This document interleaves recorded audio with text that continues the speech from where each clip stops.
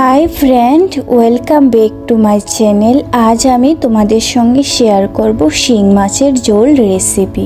एर जोन्नो निये निलाम 300 ग्राम शिंग माछ। एरपर शिंग माछगुलो केटे जल दिए धुए निয়েছি। आज आमी शिंग माछगुलो आलू बेगुन दिए रान्ना करब। तार जोन्नो केटे निलाम छोटो दुइटा बेगुन एबं लवण ओ हलुद दिए सिद्ध करा दुइटा माझारी साइजेर आलू। एरपर माछगुलो हालका लाल करे बेजे निब। एर जोन्नो कड़ाइये सामान्य तेल दिए लवण एबं हलुद माखानो माछगुलो एर मध्य ढेले दिलाम। एखन मीडियम फ्लेमे माछगुलो 5 मिनिट बेजे नेब। माछेर एक पाश भाजा हये गेले अन्य पाश उल्टिये निब। देखो माछगुलो हालका भाजा हये गियेछे। एखन माछगुलो एकटा बाटीते नामिये सेम कड़ाइये सेদ্ধ करे राखा आलू एबं बेगुनेर मध्य सामान्य हलुद एबं लवण दिए बेजे नेब। सब्जीगुलो बेजे रान्ना करले तरकारिटा बेशी मजादार हय। आर बेगुन एबं आलू भाजार समय अवश्यई प्रथमे ढाकना दिए ढेके भाजबे, एते करे बेगुनगुलो ताड़ाताड़ी सेদ্ধ हबे।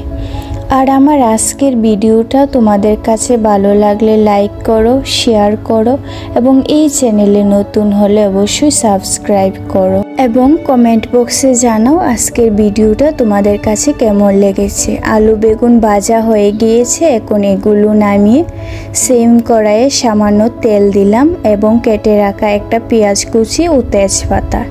एखन पेंयाजटा लाल लाल करे बेजे एर संगे ढेले दिलाम पेस्ट करे राखा जीरा, शुकनो लंका एबं 3 থেকে 4টা काँचा लंका। एखन मशलागुलो पेंयाजेर संगे मिशिए मशला एबं पेंयाज लो फ्लेमे कषिये निब। 2 থেকে 3 मिनिट एभाবে कषिये एर मध्य ढेले दिब फुटिয়ে राखा गरम जल। एखाने जलेर परिमाणटा चाइले आरो अल्प दिते पारो। आमादेर जेहेतु झोलटा एकटू बेशी लागे ताई जलेर परिमाणटा बेशी।